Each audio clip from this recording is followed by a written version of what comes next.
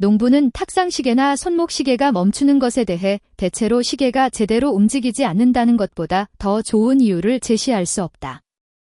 그러나 태엽이나 진자의 동일한 힘은 언제나 톱니바퀴에 동일한 영향을 미치지만 아마 전체 운동을 멈추게 하는 먼지 알갱이 때문에 그 힘의 일상적 결과를 나타내지 못한다는 것을 기술자는 쉽게 지각한다. 유사한 여러 사례를 살펴본 바로 미루어 볼 때 철학자들은 다음과 같은 공리를 만든다. 즉, 모든 원인들과 결과들의 연관은 어느 것 할 것 없이 필연적이며 그 연관이 어떤 사례에서 불확실하게 보이는 것은 상반되는 원인의 은밀한 대립에서 유래한다. 정신의 습관적 결정에만 따른다면 우리는 전혀 반성하지 않고도 전이하며 한 대상에 대한 시간과 이 시각에 수반되는 것으로 자주 발견되는 대상에 대한 신념 사이에 단 한순간도 지체 없이 끼어든다. 습관은 장고에 의존하지 않으므로 반성할 여지도 없이 곧장 작용한다. 그러나 개연적 추론에서 이런 진행 방법의 사례는 얼마 되지 않는다. 더욱이 대상들의 끊임없는 결부에서 발생하는 개연적 추론에서보다는 더욱 적다. 앞 종류의 추론에서 우리는 대개 의도적으로 과거 사실들의 상반성을 고려하며 상반된 것들의 서로 다른 측면들을 비교하고 또 우리가 각 측면마다 행했던 실험들을 조심스럽게 검토한다. 미래는 과거와 유사하다는 가정이 어떤 논변들에 기초를 두고 있는 것이 아니라 전적으로 습관으로부터 유래한다는 것을 우리는 살펴볼 수 있다. 습관에 의해서 우리는 지금까지 익숙해진 대상들의 동일한 궤적을 미래에도 기대하도록 결정되어 있다. 과거를 미래로 옮겨가는 이런 습관이나 결정은 충분하고 완전하다. 결과적으로 이런 종류의 추론에서 상상력의 최초 충동은 바로 이런 성질들을 타고났다. 과거의 실험들을 고찰함에 있어서 우리가 그 실험들에서 상반되는 본성을 발견했을 때 이 결정은 그 자체에서는 충분하고 완전하다고 할지라도 우리에게 확고한 대상을 제시하는 것이 아니라 어떤 질서나 비율에서 일치하지 않는 심상들을 수없이 제공한다. 그러므로 여기서 최초 충동은 조각조각 흩어지며 그 충동으로부터 나온 힘과 생동성을 대등한 비율로 각각 나누어 갖는 그 심상들 모두에 스며든다. 과거의 사건들 가운데 어떤 것은 다시 일어날 수도 있다. 그리고 그 사건들이 다시 발생했을 때 우리는 그 사건들이 과거와 같은 비율로 혼합될 것이라고 판단한다. 내가 오랜 관찰을 통해 바다로 나간 20척의 배 가운데 19척만 돌아오는 것을 발견했다고 가정하자. 그리고 지금 내가 항구를 떠나는 20척의 배를 본다고 가정하자. 나는 나의 과거 경험을 미래로 옮겨서 이 배들 가운데 19척만 안전하게 돌아오고 한 척은 사라지는 상황을 스스로 재현할 것이다. 여기에 대해서는 전혀 어려움이 있을 수 없다. 대체로 상반되는 실험들은 습관을 허약하게 만들므로써 불완전한 신념을 산출하거나 그 습관을 상이한 부분들로 분리했다가 다시 결속함으로써 불완전한 신념을 산출한다. 그리고 일반적으로 완전한 습관 때문에 우리는 우리가 경험하지 못한 사례가 경험했던 것과 필연적으로 유사할 수밖에 없다는 결론을 내리게 된다. 우리는 상반되는 가능성을 인정하지 않으면 개연성도 무의미하다는 것을 살펴볼 수 있을 것이다. 왜냐하면 그런 가능성이 없다면 그 개연성은 더 이상 개연성이 아니라 확실성으로 될 것이기 때문이다. 지금 우리가 검토하고 있는 가장 광범위한 원인들의 개연성은 실험들의 상반성에 달려 있다. 분명히 과거의 어떤 실험은 적어도 미래에 대한 가능성을 입증한다. 상반성의 가능성과 개연성이 복합된 부분들은 동일한 본성이며 오직 수적으로만 다를 뿐 질적으로는 다르지 않다. 지금까지 관찰한 바로는 하나하나의 우연들은 모두 완전히 대등하다. 그리고 어떤 우연적 사건에게 우월성을 부여할 수 있는 유일한 여건은 우연들의 수적인 우세이다.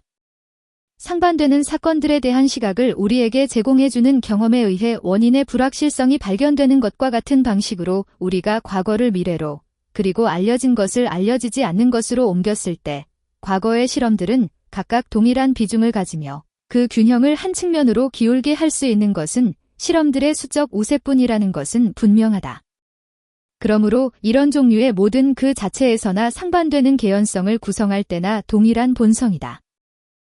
자연현상에서 뿐만 아니라 모든 도덕에서도 어떤 원인이 많은 수의 부분으로 이루어진 어떤 경우일지라도 그 수의 변화에 따라 그 결과도 증가하거나 감소한다는 것. 정확히 말하자면 그 결과는 하나의 복합된 결과이며 원인의 각 부분들에서 유래하는 여러 결과들의 합일에서 발생한다는 것을 우리는 일종의 공리로 확립할 수 있을 것이다.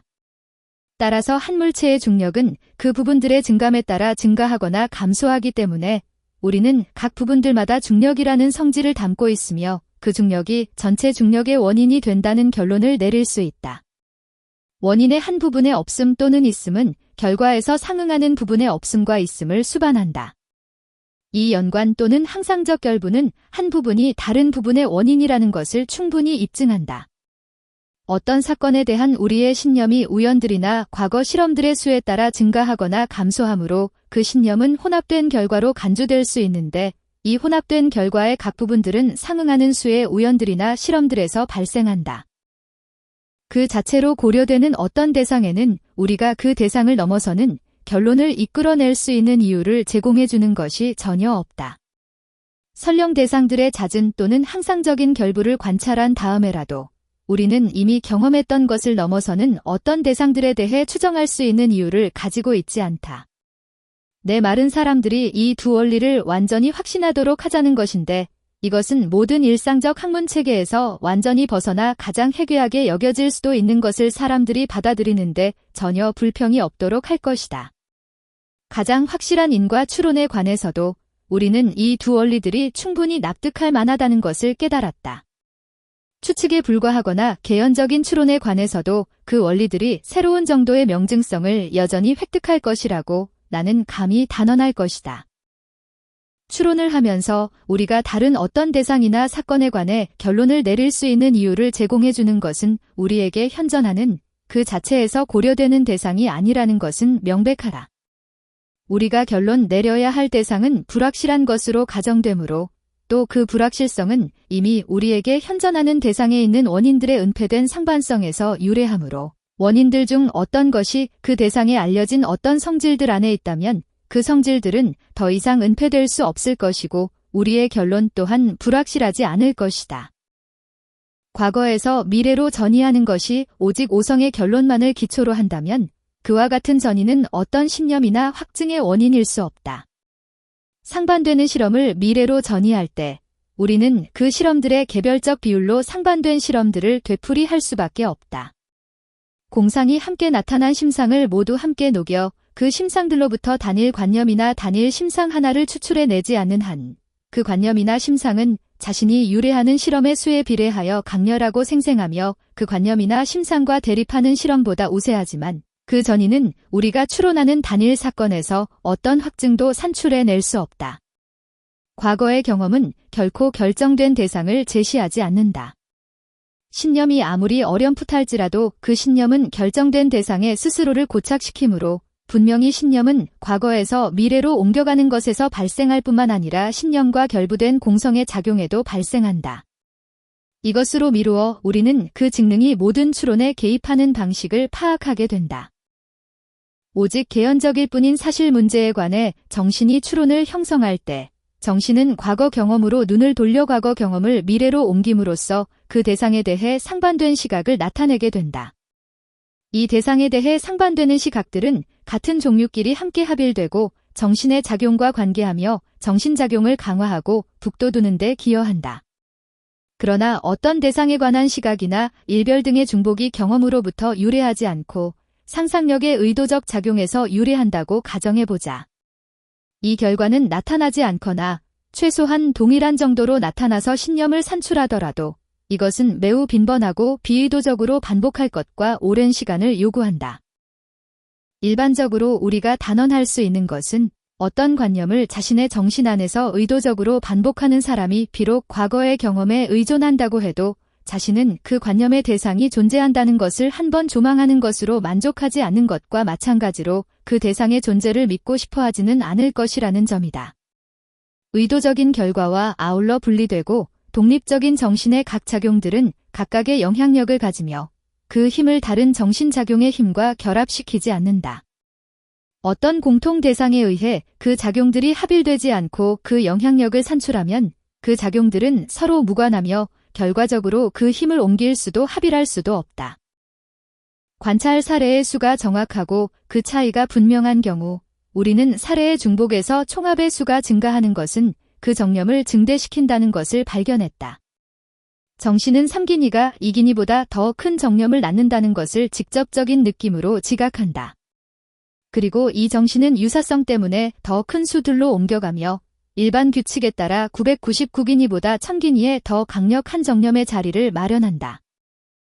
한 측면에서 우연과 실험이 모두 1000번이고 다른 측면에서는 1001번일 때 그 차이가 아주 근소한 경우에는 모든 개별적 시각을 일일이 훑어보고 수적인 우세에서 발생하는 심상의 우세한 생동성을 구별할 수 없는 것은 분명하지만 판단은 수적인 우세에 따라 1001번 쪽을 선호한다.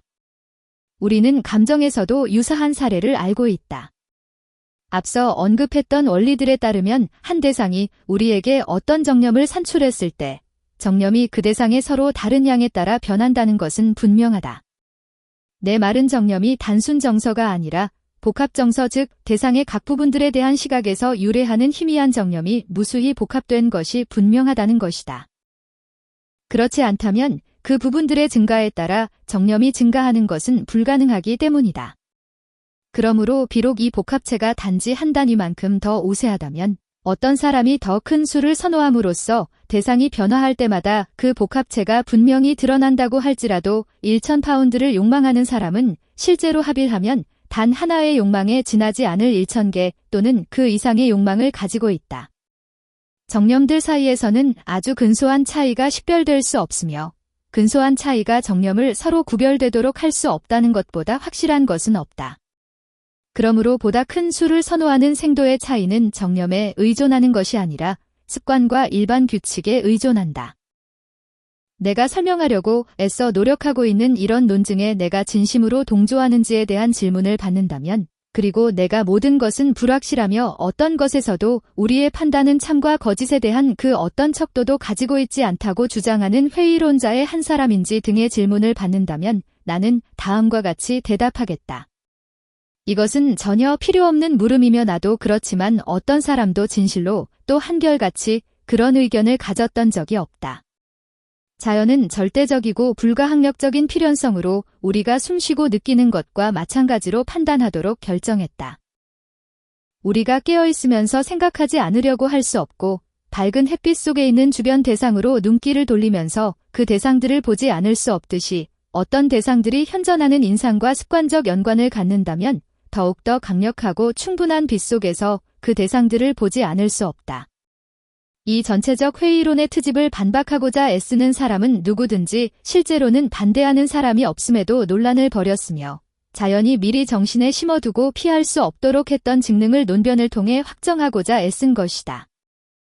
원인과 결과에 관한 추론은 모두 오직 습관에서 유래하며 신념은 우리 본성에 있는 사유라는 부분의 활동이라기보다는 오히려 감수성이라는 부분의 활동이라고 하는 것이 더욱 타당하다. 내가 여기서 증명한 것은 바로 이 원리들에 의해 우리는 어떤 사실에 대해 결정하고 그리고 또 우리가 이런 대상을 검토할 때 이 원리들은 우리의 소질과 능력 그리고 우리 정신의 상태 등에 관해 숙고함으로써 그 결정을 교정한다는 것이다. 말하자면 내가 여기서 증명한 것은 바로 이 원리들이 더 나아가서 새로운 모든 반성적 판단에 적용되었을 때 끊임없이 본래의 명증성을 감소시킴으로써 마침내는 이 명증성을 끝까지 소멸시키고 모든 신념과 의견을 완벽하게 전복시켜버린다는 것이다. 그러므로 신념이 사유의 단순 활동이라면 표상작용이라는 특정 방식 없이 또는 힘이나 생동성이 덧붙여지지 않고는 그 신념은 스스로 소멸해버릴 것이 틀림없으며 모든 판단의 경우에서 종국에는 남는 것은 전체적으로 의심스런 판단뿐이다. 그러나 자신이 지금까지의 논변에서 어떤 오류도 발견하지 못했다 할지라도 계속해서 오류를 찾으려는 노력이 가치 있다고 생각하지만 그 논변을 늘 신뢰하고 사유하며 추론하는 사람에게는 경험이 충분한 확신을 주므로 그가 자신있게 결론 내릴 수 있는 것은 그의 추론과 신념이 어떤 감각 또는 특정 방식의 표상작용이며 이런 작용은 순수한 관념과 반성만으로는 소멸시킬 수 없다는 것이다. 그러나 여기에서 요구되는 물음이 있다. 즉, 나의 가설에 의거할 때조차도 어떻게 해서 앞서 설명된 이런 논증이 판단들을 전적으로 의심하게 하지 않는가? 그리고 우리의 정신이 어떤 대상에 대해 일정한 확신을 유지하는 방식이 무엇인가? 이 두 가지 물음이 요구된다. 새로운 개연성들은 이 대상들이 반복함으로써 끊임없이 그 본래의 명증성을 감소시키는데 바로 이런 새로운 개연성들이 동일한 원리에 기초를 두고 있는 것처럼 최초의 판단이 사유에 의한 것이든 감각에 의한 것이든 간에 새로운 개연성은 그 판단을 반드시 전복시키는 것으로 여겨지며 또 사유에 상반되든 아니면 감각에 상반되든 간에 그 대립적인 것에 의해서 정신은 전적으로 불확실하게 되는 것은 어쩔 수 없는 듯하기 때문이다. 나에게 제기될 수 있는 어떤 물음이 있다고 생각한다. 나의 기억과 감각들의 인상을 곰곰이 생각해 본 뒤에 나의 사유를 인상에서 이 인상과 일상적으로 결부되어 있는 대상들로 옮겨가면 나는 하나의 측면에서 다른 측면보다 보다 강력하고 설득력 있는 표상작용을 느낀다. 이 강한 표상작용이 나의 최초 결정을 형성한다. 내가 정하고 있는 것은 다음과 같다. 나의 판단 자체를 검토해 본 다음 그 판단이 때로는 합당하지만 때로는 잘못된 것이라는 것을 경험을 통해 관찰함으로써 나는 그 판단이 상반되는 원리들이나 또는 상반되는 원인들의 지배를 받는다고 생각한다. 이 상반되는 원리나 원인들 가운데 어떤 것은 우리를 진리로 인도하고 어떤 것은 오류로 인도한다.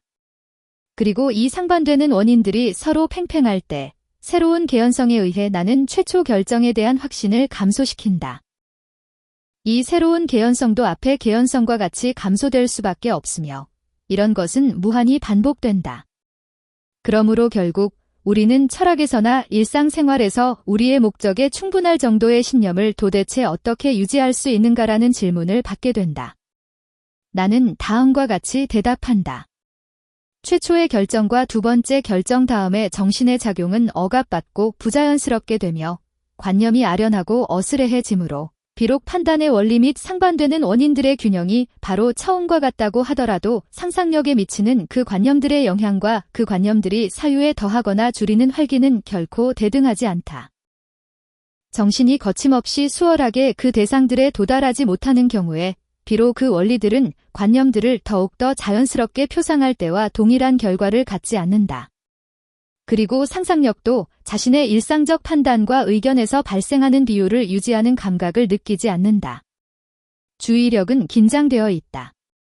정신의 자세는 불안정하다. 그 자연적 흐름을 벗어난 기운은 동일한 법칙에 의해 움직이는 것이 아니며 적어도 그 기운들이 자신들의 일상적 통로를 따라 흐를 때와 같은 정도일 수는 없다. 어떤 진리를 발견하자마자 곧 그 진리를 완전히 확신하거나 그 진리를 개연성에 불과한 것이 아닌 다른 어떤 것으로 간주할 정도로 자신의 학문에 정통한 대수학자나 수학자는 없다. 그가 자신의 증거들을 개괄해 볼 때마다 그의 확신은 증가하며 친구의 동조에 의해서 그 확신은 더욱 증가되고 학예의 보편적 동의와 찬사에 의해 가장 완전한 상태로 끌어올려진다. 그렇다면 확신이 이처럼 점진적으로 증가되는 것은 분명히 새로운 개연성을 더하는 것에 지나지 않으며 그 확신이 과거의 경험과 관찰에 따라 원인과 결과의 항상적 합일에서 유래되는 것은 분명하다. 다소 길고 중요한 회계에서 상인들은 회계의 인위적 구조에 의해서 회계원의 기술과 경험에서 유래하는 것 이상의 개연성을 낳을 수는 있지만 자신들이 안심할 정도로 숫자가 틀림없이 확실하다고 믿기는 어렵다. 회계원의 경험과 회계 길이의 정도에 따라 불확실하고 가변적이지만 회계가 본래 개연성의 어떤 정도라는 것은 분명하기 때문이다. 이제 아주 긴 계산에서 우리의 확신이 개연성을 능가한다고 주장할 사람은 아무도 없을 것이므로 나는 수에 관한 명제들 가운데 우리가 완전한 담보를 확보할 수 있는 것은 거의 없다고 확실히 단언할 수도 있다. 아주 긴 덧셈을 단계적으로 수를 줄여감으로써 오직 두 수의 덧셈으로 정식화될 수 있는 가장 간단한 문제로 쉽게 환원할 수 있다. 이처럼 가정했을 때 우리가 깨달을 수 있는 것은 지식과 개연성의 엄밀한 한계를 실제로 보여주거나 지식이 끝나고 개연성이 시작되는 특정한 분기점을 발견하는 것이 실제로 어렵다는 것이다. 하지만 지식과 개연성은 그 본성이 매우 상반되고 서로 다른 것이어서 분간할 수 없을 정도로 뒤섞일 수는 없지만 지식과 개연성은 분기점이 없을 것이므로 온전히 현존하든가 아니면 전혀 현존하지 않아야 하기 때문이다. 더욱이 전체가 그 부분들 모두와 다를 수 없는 한, 단순한 덧셈이 확실하다면 모든 덧셈이 확실할 것이고 결과적으로 그 전체나 총계도 확실할 것이다. 하마터면 나는 이것이 확실하다고 말할 뻔했다. 하지만 나는 다른 모든 추론들과 마찬가지로 이것도 틀림없이 그 자체가 변형되어 지식에서 개연성으로 전락한다는 것을 되새겨본다. 지식에 관해서도 마찬가지이지만 우리가 개연성에 관해 형성할 수 있는 모든 판단에서 우리는 언제나 대상의 본성에서 유래하는 최초 판단을 오성의 본성에서 유래하는 다른 판단에 의해 교정해야 한다. 확고한 감각과 오랜 경험을 지닌 사람은 어리석고 무지한 사람보다 자신의 의견에 대해 더욱더 자신감을 가져야 하고 또 일상적으로 자신감을 갖고 있으며 심지어 우리 자신들의 경우에 있어서조차도 우리들의 이성과 경험의 정도에 비례하여 우리의 소감이 갖는 권위의 정도는 확실히 다르다. 가장 뛰어난 감각과 가장 오랜 경험의 소유자에게 있어서도 이 권위는 결코 온전할 수 없다. 그런 사람조차 틀림없이 과거의 많은 오류를 의식하고 있으며 미래에도 같은 오류를 저지를까봐 더욱 두려워하고 있기 때문이다. 그렇다면 최초의 판단을 교정하고 규제하며 그 판단의 정확한 기준과 비율을 확정하는 새로운 종류의 개연성이 여기서 발생한다. 대상의 본성의 본래부터 내재하는 근원적 불확실성과 함께 판단하는 직능의 허약함에서 유래하는 새로운 불확실성을 모든 개연성들에서 발견했을 때, 그리고 이 두 불확실성들을 함께 조정할 때, 우리는 이성에 의해서 우리 직능들의 정확성과 성실성을 평가하면서 오류 가능성에서 유래하는 새로운 의심을 더할 수밖에 없다. 이것은 우리에게 직접적으로 나타나는 의심이며 우리가 이성을 철저히 따른다면 의심하기로 작정하지 않을 수 없다. 우리가 단지 개연성의 기초를 두고 판단을 내릴 때 이런 결정은 유리하겠지만 이것은 틀림없이 최초의 명증성을 더욱 약화시킬 것이며 같은 종류의 네 번째 의심에 의해 결정 자체도 약화되는 것은 틀림없는데 개연성이 아무리 크고 또 새로운 불확실성마다 개연성이 아무리 작게 줄어든다고 가정하더라도 근원적 개연성이 전혀 남지 않을 때까지 그 명증성은 무한히 약화된다. 무한히 거듭되는 감소에도 불구하고 남아있는 유한한 대상은 결코 없다. 인간이 상상할 수 있는 최대의 양조차도 이런 방식으로는 무로 변화될 수밖에 없다. 최초 신념이 아주 강하게 되어 있지 않으면 그것은 그 힘과 활기를 약간씩 줄어들게 하는 새로운 검토를 많이 거침으로써 반드시 없어지게 된다. 내 판단의 자연적 오류 가능성을 반성해 볼 때 나는 내가 추리하는 대상들을 단순히 숙고할 때보다 나의 견해를 덜 확신한다. 그리고 나의 직능들에 대해 내가 잇따라 평가했던 것들마다 불리하게 그런 성찰이 이루어지며 논리학의 모든 규칙들이 지속적으로 감소되는 것은 필연적이며 마침내 신념과 명증성도 필연적으로 완전히 소멸된다. 따라서 감각들이 독립적인 존재의 관념을 암시한다면 그 감각들은 일종의 오류와 환영에 의해서 인상을 바로 정신과는 독립적인 것의 존재로 전달해야 한다. 이 항목에서 우리는 다음과 같은 것을 관찰할 수 있을 것이다. 모든 감각이 정신에 의해 그것들이 실제하는 대로 느껴진다. 그리고 감각이 독립적 대상으로 나타나는지 아니면 단순히 인상들로 나타나는지가 의심스럽다면 문제는 그 감각들의 본성이 아니라 감각들의 관계와 상황이다. 그런데 감각이 인상들을 우리 자신에 대해서 외부적이고 독립적인 것으로 나타냈다면 그 대상과 우리 자신은 우리의 감각과 대면하고 있어야 하며 그렇지 않으면 이것들이 감각들이라는 직능들에 의해 비교될 수 없다. 문제는 우리 자신이 어디까지 우리의 감각들의 대상일 수 있는가이다. 철학에서 인격을 구성하는 하빌의 본성과 동일성에 관한 문제보다 더 어려운 것이 없다는 것은 확실하다. 감각만으로 이 문제를 단정할 수 있다는 것은 너무 지나치므로 여기에 답하기 위해 우리는 가장 심오한 형이상학에 호소할 수밖에 없다. 그리고 일상생활에서 자아와 인격 등의 관념이 실제로 확정될 수도 결정될 수도 없는 것은 명백하다. 따라서 감각이 우리 자신과 외부 대상들을 구별할 수 있으리라고 상상하는 것은 어리석다. 우리 자신의 신체가 분명히 우리에게 속한다고 할 수 있을 것 같다. 그리고 여러 인상들이 신체의 외부에 나타나므로 우리는 그 인상들 또한 우리 자신의 외부에 있다고 가정한다. 내가 지금 글을 쓰고 있는 종이는 내 손 밖에 있다. 탁자는 종이 밖에 있다. 방의 벽들도 탁자 밖에 있다. 그리고 눈길을 창 쪽으로 돌리면 나는 내 방 밖의 넓은 뜰과 건물들을 지각한다. 이 모든 것에서 우리는 물체의 외부 존재를 확신하는데 감각 이외에 어떤 다른 직능도 필요 없다는 것을 추정할 수 있다. 하지만 이런 추정을 방지하기 위해서 우리는 다음 세 가지 고찰의 가치를 비교해 볼 필요가 있다. 첫째, 우리가 손발이나 신체 부위를 응시할 때 지각하는 것은 정확히 말해서 신체가 아니라 감각을 통해 들어온 인상이다. 그러므로 실제적이고 신체적인 존재가 이 인상이나 대상에 기인하는 것으로 보는 것은 설명하기 어려운 정신의 활동이다. 곧 우리는 이것을 조사해 보겠다. 둘째, 소리, 맛, 향기 등은 대개 정신에 의해 독립적인 성질들을 유지하는 것으로 간주되지만 연장 안에 존재를 갖지 않는 것으로 현상하며 결과적으로 감각에는 신체의 외부에 놓여 있는 것으로 나타날 수 없다. 우리가 그 성질들에게 장소가 속한다고 보는 이유는 다음에 고찰될 것이다. 셋째, 우리의 시각조차도 우리에게 거리나 말하자면 외부성 등을 어떤 추리나 경험 없이 직접적으로 알려주지는 않으며 매우 분별력이 뛰어난 철학자들도 이 점을 인정한다. 우리의 철학적 의견이 무엇이든 간에 분명한 것은 색, 소리, 뜨거움, 차가움 등은 감각에 나타나는 한, 모두 운동이나 견고함 등과 동일한 방식에 따라 존재한다는 것과 또 이런 측면에서 우리가 그 감각에 나타나는 것들의 차이를 둘 때 이 차이가 단지 지각일 뿐인 것에서만 발생하지 않는다는 것이다. 첫째 종류의 성질들이 독립적이고 지속적인 존재라는 데 대한 선입견은 매우 강해서 근대 철학자들에 의해 그 반대 의견이 제시되었을 때도 사람들이 상상하기에는 자신들의 느낌과 경험으로부터 철학자들의 의견을 거의 반박할 수 있었고 그들의 실제 감각과 이 철학은 모순이었다. 역시 분명한 일인데 색과 소리 등은 칼에서 기인하는 고통이나 난로불에서 기인하는 쾌락과 근본적으로 같은 집안 위에 있다. 그리고 그 지각들 사이의 차이는 지각이나 이성에 있는 것이 아니라 상상력에 있다는 것도 분명하다. 그것들은 모두 물체의 각 부분들의 개별적 형태와 운동에서 발생하는 지각일 뿐이라는 것이 인정되므로 도대체 그 차이가 어디에 있을 수 있단 말인가?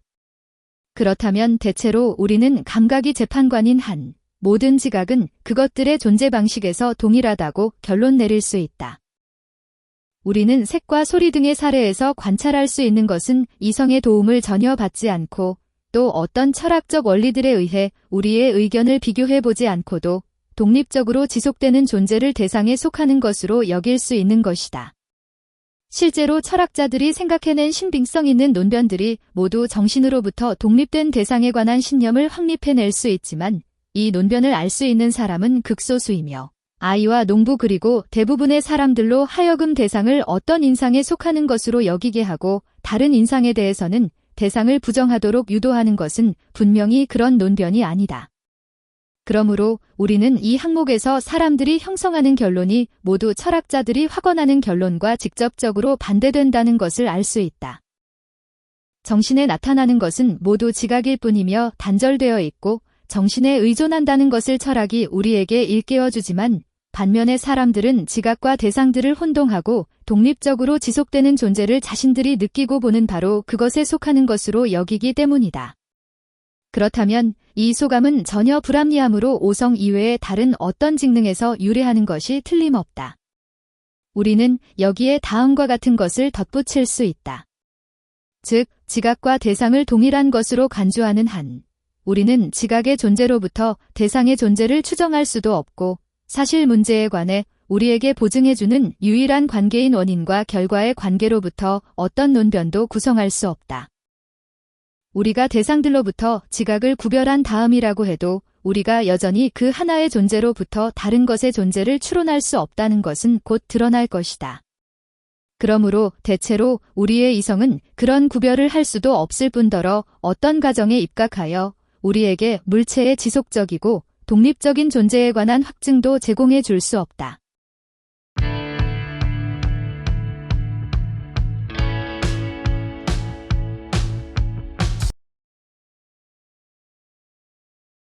수고하셨습니다. 반복 학습으로 학습 효과를 높이세요.